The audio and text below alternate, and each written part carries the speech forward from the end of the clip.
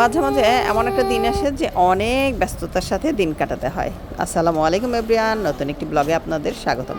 তো এই তো সেদিন বড় মেয়ের স্কুলে একটা মিটিং ছিল প্যারেন্টসদের, সেখানেই যাচ্ছিলাম আমি, আমার ছেলে আর আমার হাজব্যান্ড। তাই না বাবা?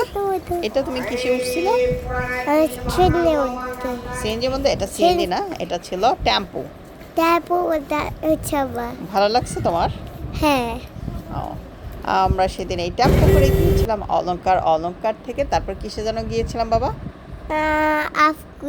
আউফ স্কুলে, আরুষের স্কুলে বাসে করে। তারপর অনেকটা রাস্তা তো ভেঙে ভেঙে যেতে হয়, সিএনজি যায় না ডাইরেক্ট, এই জন্যই তো। এই তো আমরা স্কুলে পৌঁছে গিয়েছি, তারপর বাবা ছেলে হাঁটা শুরু করেছে আর আমি পেছনে পেছনে হাঁটছি। এই দিকে কিন্তু অনেক গাছগাছালি, তাই না বাবা? হ্যাঁ, আমার মন চাচ্ছে যাইতে। মন চাচ্ছে আবার যাইতে? আচ্ছা, আমার ছেলে আবার এখন মন চাচ্ছে। আর এই মাঠটা দেখার পর আমার ছেলে তো খুশিতে একদম শেষ, তাই না বাবা? হ্যাঁ, খুশি পাগল হয়ে গেছি। পাগল হয়ে গিয়েছিল খুশিতে। তারপরে এই তো এইখান দিয়ে মাঠটা দেখে ও আর এক সেকেন্ডও দেরি করেনি। বাচ্চাদের দৌড়াদৌড়ি দেখে ওইও দৌড় শুরু করে দিয়েছিল, তাই না? হ্যাঁ। এই যে কোন দিক দিয়ে চলে গেছো তুমি? এই যে জোড়া চাপ করে। অফিস স্কুলে মাঠের মাঝখান দিয়ে হ্যাঁ। দৌড়াতে ভালো লাগছিল? হ্যাঁ। আচ্ছা, তারপরে এই তো দৌড় দৌড় দৌড় দৌড় করতে করতে চলে গিয়েছে ওই মাথায়। আমরা এদিক দিয়ে রাস্তা দিয়ে হাঁটছিলাম। মাঠে কিন্তু আবার হাঁটা নিষেধ, মানে গার্জিয়ানদের। বাচ্চারা যখন খেলাধুলা করবে তখন শুধু ওরা খেলাধুলা করবে আর কি, নর্মালি হাঁটা নিষেধ আর কি। তো এই তো স্কুলে চলে, মানে স্কুলের ভিতরে চলে আসছি। হ্যাঁ, আমার যাচ্ছে মন যাচ্ছে।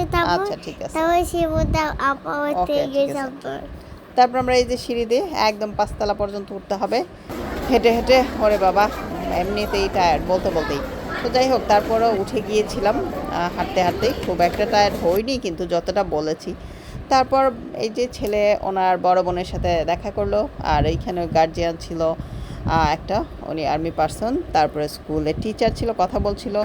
আর আমরা ওয়েট করছিলাম ভিতর থেকে কখন ডাকবে, তখন আমরা ভিতরে যাব। তো স্কুলের টিচারদের সাথে সব কাজ শেষ করে তারপরে আবার সেই 5 তলা থেকে নিচে নেমে এসে হাঁটা ধরি। অনেক রোদ ছিল সেদিন। আর এই তো বাপ ছেলে কিন্তু হাঁটা দিয়েছে দুইজনে, আমাকে পেছনে ফেলে। ওরা শুধু আগে আগে হাঁটে, তাই না? এই যে তারপর আবার দৌড় দেয় আমার ছেলেটা। কোথায়? মাঠে। তারপর সেখানে গিয়ে কি পায়? কাদা। কাদা পায়। তো সেই কাদা দেখে আমি যখন ওকে ডাকি, ডেকে বলি যে তুমি এদিক দিয়ে আসো, ও সেটা বুঝতে পারেনি, ও আমার কাছে চলে আসে, তাই না? হ্যাঁ, এই তো তারপর আমার কাছে চলে আসে। তারপর আমরা এদিক দিয়ে এই যে রাস্তাটা আছে এইটা দিয়ে হাঁটা ধরি, যেটা দিয়ে আমরা বাহিরে বের হবো গিয়ে আর কি। আর এই জায়গাগুলো ঘাসগুলো আমার মনে হচ্ছিল আমি একটু খালি পায়ে হাঁটি, কিন্তু তখন ইচ্ছে করলে হয়তো বা জুতাটা খুলে হাঁটতে পারতাম। বাট তখন আসলে অত একটা মানে হয় নাই, মন থেকে আসে নাই কথাটা যে জুতাটা খুলে নেই। যদি মনে হতো তাহলে অবশ্যই সেই কাজটা করতাম, কিন্তু বাসায় এসে কিন্তু আমার অনেক আফসোস মানে হয়েছে যে এখানে একটু খালি পায়ে হাঁটতাম, ঘাসে একটু ছোঁয়া পেতাম। তারপরে এই যে অটো নিয়েছি, অটোতে করে আমরা তিনজনে টং টং করতে করতে আর একটু সামনে গিয়ে তারপর আরেকটা সিএনজিতে উঠে তারপর আমরা অলংকার আসি। রাস্তা কিন্তু অল্প, এইখানে সমস্যা হচ্ছে সিএনজি ডিরেক্ট যায় না, যেহেতু highway road, Dhaka road. So এখানে এই ইয়াতে বাসে করে যেতে হয়, আর নয়তো এইভাবে ভেঙে ভেঙে যেতে হয় স্কুলে, আবার আসতেও হয় এভাবেই। তো এই তো অলংকার আসার পর আমি বলছিলাম যে একটু ডাব খাবো। সো আমার হাজব্যান্ডের পরিচিত এই ডাবের দোকানে যাই, সেইখানে গিয়ে এই ভাইয়াটার কাছে ডাবের কথা বলে। তো উনি 2টা ডাব কেটে পরে আমাদেরকে দেয় আর কি। তো আমি সেখানে একটা চেয়ার ছিল, আমাকে বসিয়ে দেয় সেখানে, যেহেতু আমি মহিলা মানুষ তো সিট পেলে আগে বসবে আর কি। তো বসে পড়ি আর কি সেই সিটে, আর এই ছেলেকেও পাশে নিয়ে ওকে প্রথমে একটু ডাব দেয়। ডাবের পানি খায় ও। ডাবের ভিতরে অনেক ছিল, নারিকেলের মতো ছিল, পানিটা অনেক মিষ্টি ছিল, কিন্তু ভিতরে নারিকেল হয়ে গিয়েছিল আর কি। তো খেলাম, পানিটা খাওয়ার পর অনেকটা ভালো লেগেছে আসলে এত গরমের মধ্যে। তারপরে এই যে আবার একটা রিক্সা করে আমরা সবাই মিলে, মানে আমরা 3জন ফ্যামিলি মেম্বার, আর 2জন তো 2 স্কুলে, এই রিক্সা করে প্যাডেল মারা রিক্সাতে করে আমার মানে মেয়ের স্কুল, ছোটো মেয়ের স্কুলে যেতে হবে। তো ওর স্কুলে যেতে হয়নি, রাস্তায় ওকে নিয়ে এসেছে ও, ওর ক্লাসমেটের মা, ওকে বলে দিয়েছিলাম। তো উনি নিয়ে আসছিলো। তো সেখান থেকে আমার হাজব্যান্ড রিসিভ করে এই দোকানটার মধ্যে আমরা ঢুকে দেখি, আমি আর আমার ছেলে দেখতে থাকি। তো তারপর আমার মেয়ের বাবা মেয়েকে নিয়ে আসে। এই যে মেয়ে ঢুকে পড়েছে, উনি দাঁত বের করে হেসে দিচ্ছে, আর এই যে ভাইকে দেখে জড়িয়ে ধরেছে। ভাইকে দেখেছে অনেকক্ষণ পর। তারপরে আমার সাথে কী যেন একটা কথা বলছিল, ওনার কথা। আমি আবার ভাবলাম এত গরমের মধ্যে একটা আইসক্রিম নিয়ে নিই, বাসায় গিয়ে একটা কোল্ড কফি বানিয়ে খাবো একটু, যেহেতু অনেক গরম।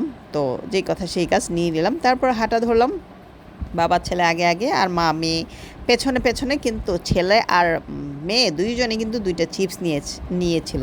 ওদেরকে আমি যতই চিপস খাওয়াতে মানে চাই না, ওরা ততই আরও বেশি চিপস খায়। তো এইদিকে দেখলাম এই যে কাজ করছে, এই আগুনেরগুলো দেখে সকালবেলা সরি ছোটোবেলা অনেক ভয় পেতাম, মনে করতাম যে আগুনের একটা আইসা পড়লে শিখা এসে পড়লে আগুন ধরে যায়, কিন্তু আসলে কিন্তু তা না, পরে জানতে পারি সেটা। তো এই তো রোদ কিন্তু প্রচণ্ড ছিল সেদিন। মেয়েটাও কথা বলছিল আর হাঁটছিল, ছেলেটা শুনছিল দেখছিল আর আমার সাথেও কথা বলছিল। ওরা হচ্ছিল চিপসের মার্কা আর আমি ছিলাম আইসক্রিম মার্কা, সেটাই কথা বলছিলাম। ওরা ওদের চিপস দেখাচ্ছিল, আমি আমার আইসক্রিমটা দেখাচ্ছিলাম, বলছিলাম যে তোমরা আমার আইসক্রিম খাবো না, আমিও তোমাদের চিপস খাবো না। আর নর্মালি আমি চিপস তেমন একটা খাইও না। তো কথা বলতে বলতে এই রাস্তার মধ্যে হাঁটছিলাম, এই তো বাসার কাছে চলেই আসছি। রোদের মধ্যে হাঁটা ভালোই লেগেছে, খারাপ না, যেহেতু নর্মালি আমি খুব একটা বের হই না বাসা থেকে।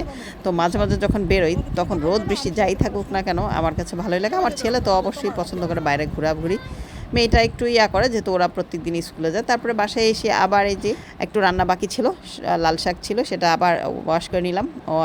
আগেই ওয়াশ করা ছিল, তারপর আবার একটু ওয়াশ করে নিলাম ভালো করে পানি দিয়ে। আর যেহেতু বর্ষাকাল, এখনকার শাকসবজি খেতে গেলে অনেক ভালো করে ধুয়ে নিতে হয়, তারপর ধুয়ে নিয়ে পরে বসিয়ে দেবো আর কি। তো এইদিকে আমার ছেলে কি করে না দেখো। মাইট মাইট কেন টিভি থাকতে হবে আমার? কেন টিভি দেখতে হবে? দুপুরবেলা টিভি দেখ, গোসল করো, গেঞ্জি খুলে দেই। আচ্ছা আচ্ছা আচ্ছা, আমি একটু চিপ খাই। আচ্ছা বাসায় থাকলে শুধু একটা কথা, টিভি দেখবে। তারপর আর কি ওকে বলে এসে এদিকে আমি একটু সাবু সকালেই ভিজিয়ে রেখেছিলাম, সেটা সেদ্ধ করছিলাম যে একটু কোল্ড কফি বানাবো, আর সেই সাবুটা সাথে দেব। আর এই তো অন্য একটা চুলা ধরিয়ে সেটাতে আমি সরিষার তেল দিয়ে রসুন পেঁয়াজ ভালো করে ভেজে নিয়েছিলাম, শাকটা বসাবো। তো পেঁয়াজ একটু বেশি করে দিতে হবে, আগে রসুন দিয়েছিলাম, কাঁচামরিচও পরেই দিলাম, পেঁয়াজও দিলাম। তো ভুলেই গিয়েছিলাম বলতে, আসলে পেঁয়াজ আগে দিইনি, রসুন আগে দিয়েছিলাম। তারপরে তো শাকটা দিয়ে দিলাম, তারপরে এটা নেড়ে চেড়ে বসিয়ে দিয়ে আবার ওদের খাবার টাবার দিতে হবে, ওদের গোসল করাতে হবে। সেটাই দেখছিলাম যে গোসল করতে গিয়েছি কিনা। এই দেখেন কি অবস্থা, এই বালতির পানিতে নাকি ডুব দিবে। তারপর আর কি যে আবার টিভি দেখা শুরু করে দিয়েছে, আর এদিকে খাবার টাবার বেড়ে দিয়েছি, আমিও খেতে বসে পড়েছি ওদের সাথে।